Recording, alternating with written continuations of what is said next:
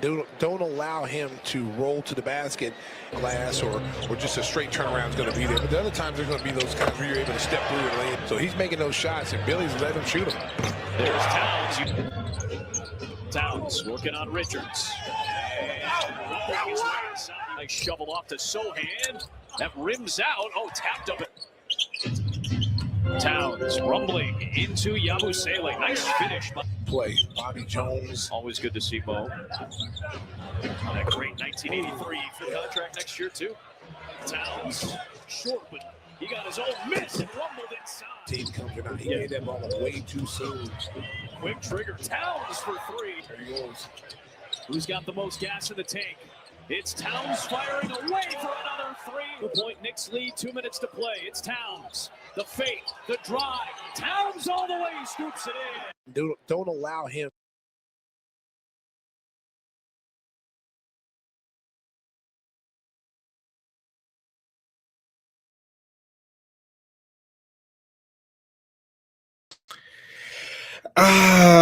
Ladies and gentlemen, what is going on? It is your boy David from Top Bunk Sports, and I am here with another Knicks on Top post game. The Knicks go on to Chicago and start this 3-game road trip on a victory with a 105-99 win over the Chicago Bulls. And it wasn't easy. It was not pretty from the start, but the Knicks found a way to pressure the basketball towards the second half and were able to get some consistency going in that fourth quarter. But again, a Knicks team that has struggled to stay consistent throughout every quarter find themselves in a situation before again coming together and really setting the tone in that fourth quarter to really dominate and come out with this victory.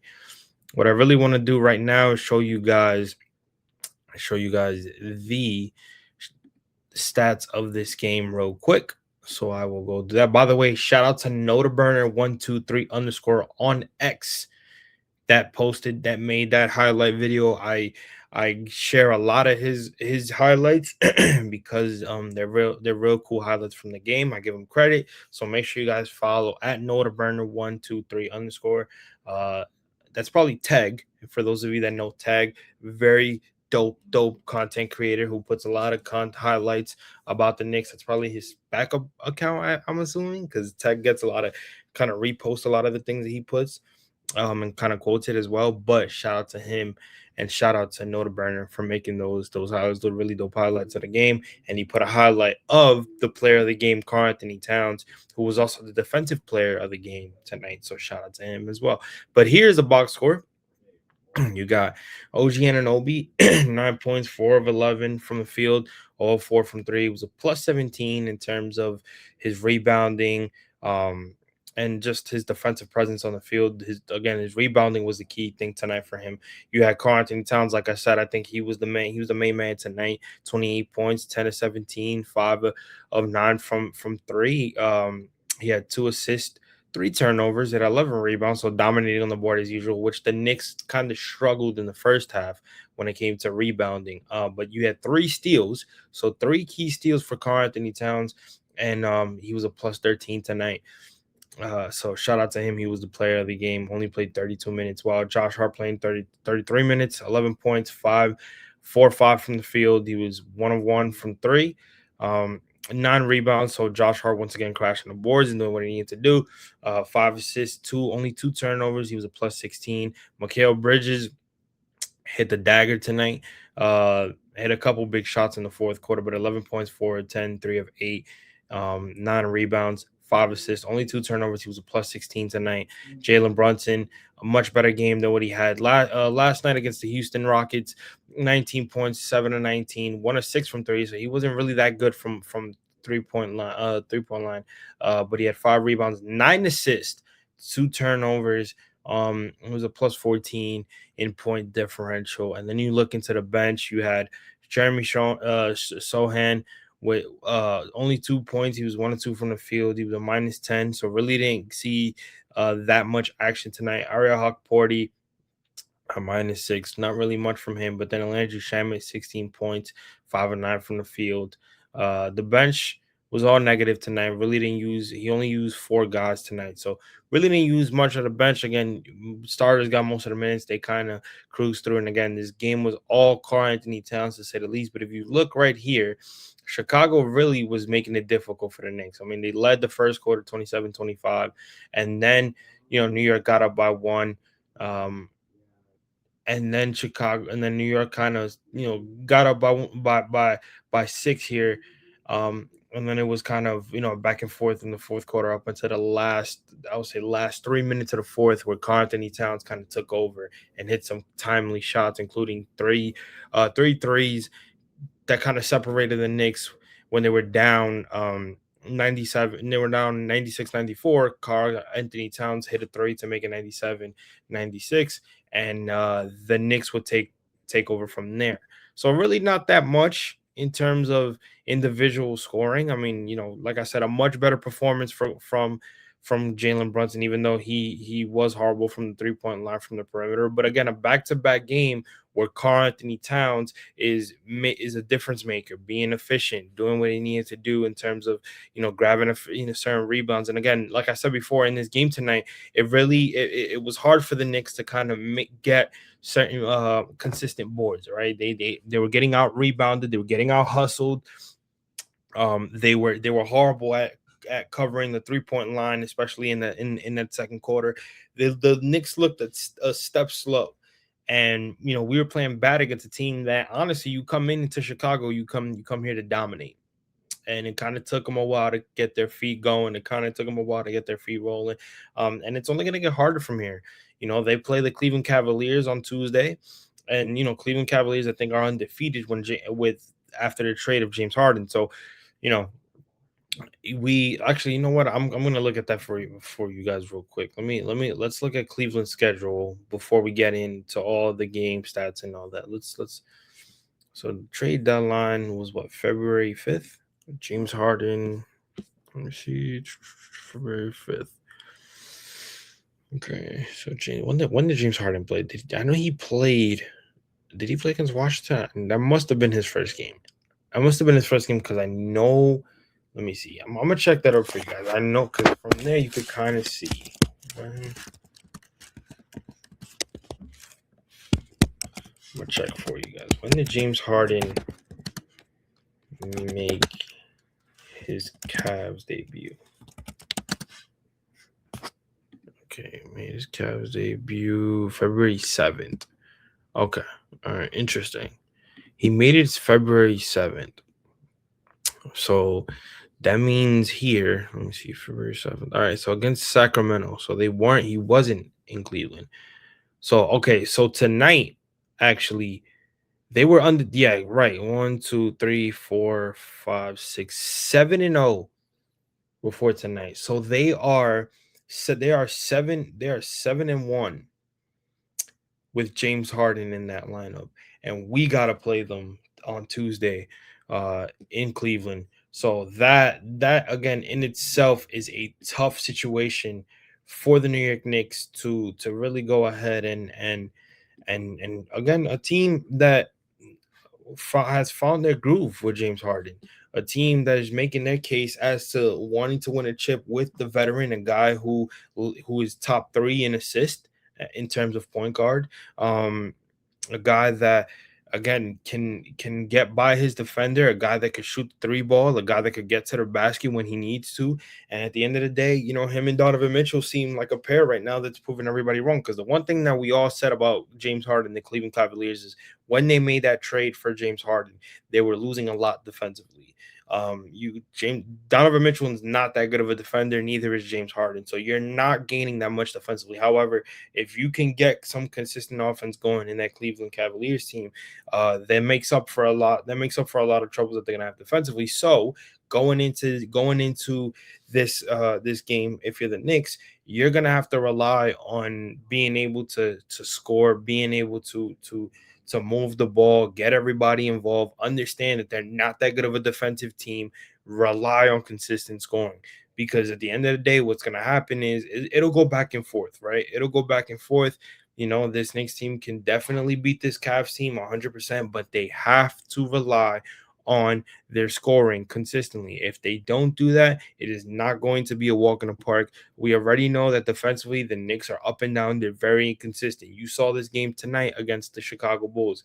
The New York Knicks really had to pressure the ball defensively in the second half. Their defense from the first quarter from the first half was disgusting. Absolutely disgusting. So you got to pressure the ball in all facets of the game, especially against this Cleveland Cavaliers team, who's going to try to run you out the building offensively. But let's look at some extended stats by the New York Knicks. They were 38 of 84 from the field. That's 45%. 15 of 42 from three, 35%. So could be a little bit better behind the perimeter. 13 turnovers, so a little bit more than what they had last night. But again, you want to see them limit that. You want, as a team, 50 rebounds, 27 team assists. They have 4 blocks. And in that first quarter wasn't so great. 9 and 24 from the field. They were 5 of 13 from three, and with 3 turnovers, right? But it was, again, they're missing shots. Their inconsistent shooting was what's really got Chicago to be in this game. And well, this is the second quarter, excuse me. It was that second quarter that really hurt them. If you look at Chicago's numbers in that second quarter, since I kind of skipped it by accident, Chicago didn't shoot all that well from 3, but they shot really well from the field. 10 of 23, only 1 turnover, 13 rebounds. And then you look at the third quarter. The third quarter is where, again, like I said, the Knicks really pressured up their defense. 8 of 21 from the field. They were 4 of 11 from 3, and they had 7 turnovers. So with Chicago playing that way, the Knicks really turned it up defensively and got to it right away. Again, you look at the Knicks numbers from the third quarter. They had 12. They were 12 of 21 from the field, while being 4 of 9 from 3. That's 44%. They were 57% from the field, right? They had only 3 turnovers, right? So they limited their turnovers compared to Chicago's. 8 rebounds, 1 block, 10 points in the paint, 5 fast breaks points, and 0 second chance points. So everything that they made was they didn't really have to get it. And then obviously the fourth quarter, 7 of 19, 3 of 11, 7 of 19, which is 36%, 3 of 11, which is 27%, 5 of 17, 5 of 7 from the free throw, and 4 turnovers, 15 rebounds. So they had a really bad fourth quarter, but they were able to kind of capitalize within the last couple of minutes, where Karl-Anthony Towns kind of found his rhythm and went off. I mean, and if you look at Chicago's fourth quarter, 7 of 21, 3 of 12. So it didn't really help that Chicago was inconsistent. But by all facets of the game, the Knicks should have never given or kept Chicago in this game. They should have never been in this game whatsoever. And, you sat there and you're like, why are we playing down to this team? We should be dominating this team. We should not, Houston, I get. Houston is a much better team. Houston, if they're going to take themselves out the game defensively. The Houston Rockets are not a good defensive team, right? They all rely on the consistencies of their offense. Ime Udoka is trying understand. He probably understands himself that they're not a good defensive team. However, when your offense is consistent, I said this, like I said about Cleveland, you kind of mask those inefficient numbers and those inefficient possessions from on the defensive side. So going into this game in that second quarter, you're like, man, our defense really sucks. We look slow on the defensive side, and we couldn't really get no consistency going, no ball moving up until the second half. And then again, like I said, you had your performances from Jalen Brunson at times, but it was Karl-Anthony Towns on back-to-back games where Karl-Anthony Towns dominated.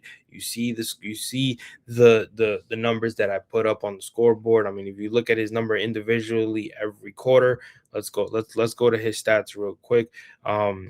32 minutes, 28 points, like I said, 11 rebounds. He was a plus 13, like I mentioned. You go to the first quarter, he had 8 points in the first quarter. He had 9 points in the second quarter. He didn't score much he didn't score in the third quarter, but he was a plus 9 in point differential. And then in the fourth quarter, he went off 11 points, 6 rebounds. He was 2 of 5 from 3. He only had one turnover and he had one steal, but altogether tonight he had three steals. So being able to go ahead and really hit those clutch shots in the fourth quarter and kind of get the Knicks a little further out from where they were. I remember they were down by two when he hit a three assisted by I believe it was Jalen Brunson or Mikal Bridges in that moment. So the Knicks really found themselves going through and through the motion at the end of this game. And again, it's with this team, it's not always how you start, it's how you finish. So shout out to them picking up a good victory. Again, they are on a 3-game road trip. So right now we're going into Cleveland, and then I think after Cleveland, we get to, let me see, look at the schedule. Once after Cleveland on Tuesday, we are headed to Milwaukee. So we are headed to Milwaukee, then we got to come back to play the San Antonio Spurs. So, not easy, very, very tough. But I think if they continue to play the way they did the last two games, um, in terms of yesterday and today, I think they will be fine. And again, you gotta be more consistent. You have to be more consistent. You gotta be able to trust within your teammates. Give the ample size to Cat. Let him find his rhythm. Feed him the ball when needed. And again, everybody's a scorer on this team, even Jalen Brunson, right? Jalen Brunson tonight, again, 9 assists after the notion that he wasn't a team guy. He's not a true point guard. 9 assists tonight. At the end of the day, there are scoring point guards out here, and Jalen Brunson is one of them. And if you guys don't think that Jalen Brunson is a big piece to win a championship, there's only so much that can be said. So shout out to Jalen Brunson again, playing team ball, and continuing to do that, man. Sometimes when you need a guy like Jalen Brunson who can put the team on his back and do what he needs to do. I mean, you saw it last night in that fourth quarter. Again, he was nowhere to be found the entire game, but then in the last 4 minutes of that fourth quarter, he went off, put the team on his back, and was able to give the Knicks a nice, comfortable victory. So I want to show you guys some stats, and again, I think this is very, very important. Well, yeah, very important right here. This is the fourth quarter.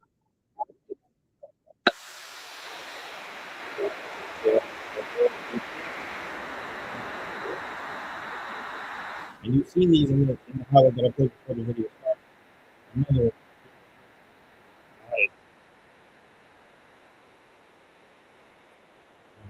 ball, pick and roll.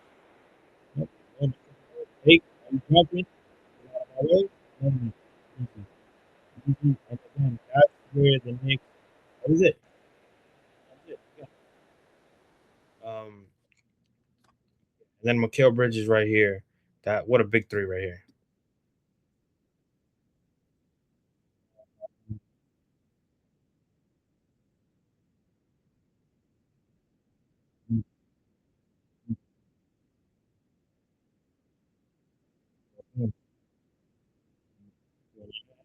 I know when it comes to Mikal Bridges, people are always gonna be like, well, listen, at the end of the day, it is what it is.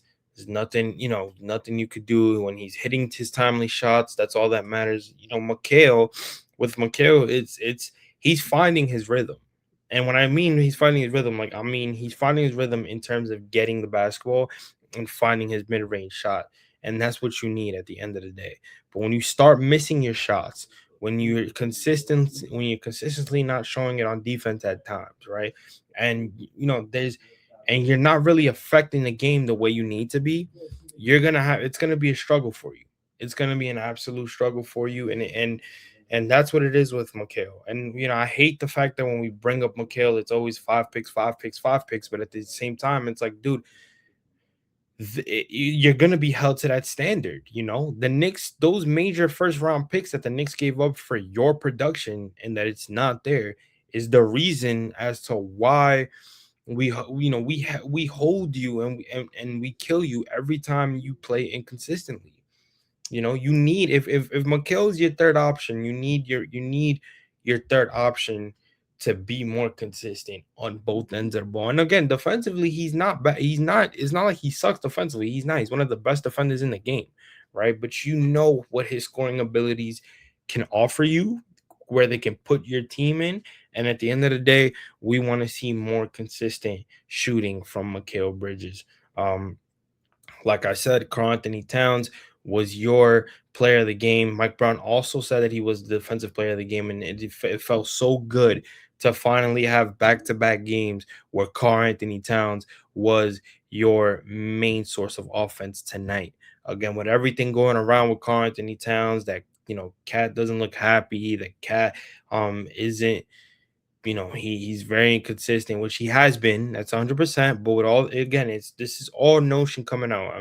His comment when after we lost to Detroit, when they asked him about the offense, and he basically said that the offense has been, the same all year. And then Mike Brown kind of throwing him under the bus, talking about that he needs to read the plays and he needs to understand where the situation is at. And it's just that right there, that notion of that first comment that I mentioned with Cat saying that the offense been the same all year, and then Mike Brown saying what he said, that could have been a disaster right there. Where both guys, even though I don't feel like Cat was throwing him under the bus, whether people think that or not, Mike Brown's comment was more clear than anything. And it seemed like he was throwing Cat under the bus, and it could have been something to where, it could have escalated to something. And then who knows how everybody would react, because again, right now, when you're trying to win a conference, you're trying to win a championship, you should not be having that in your locker room. So it seems like everybody's good. Cat is finding his rhythm again. Hopefully this continues as we go, so then he could be ready for April, and we could definitely have the Cat that we saw last year in the playoffs. So with that being said, I appreciate you guys. This is going to be a short post-game video. Nothing much to say. I think everything was self-explanatory. Make sure you guys follow me at Top Bunk Sports on X, Instagram, TikTok, and subscribe to the Top Bunk Sports YouTube channel. I'm your guy, David, and I will check you guys on the next post-game. Peace out.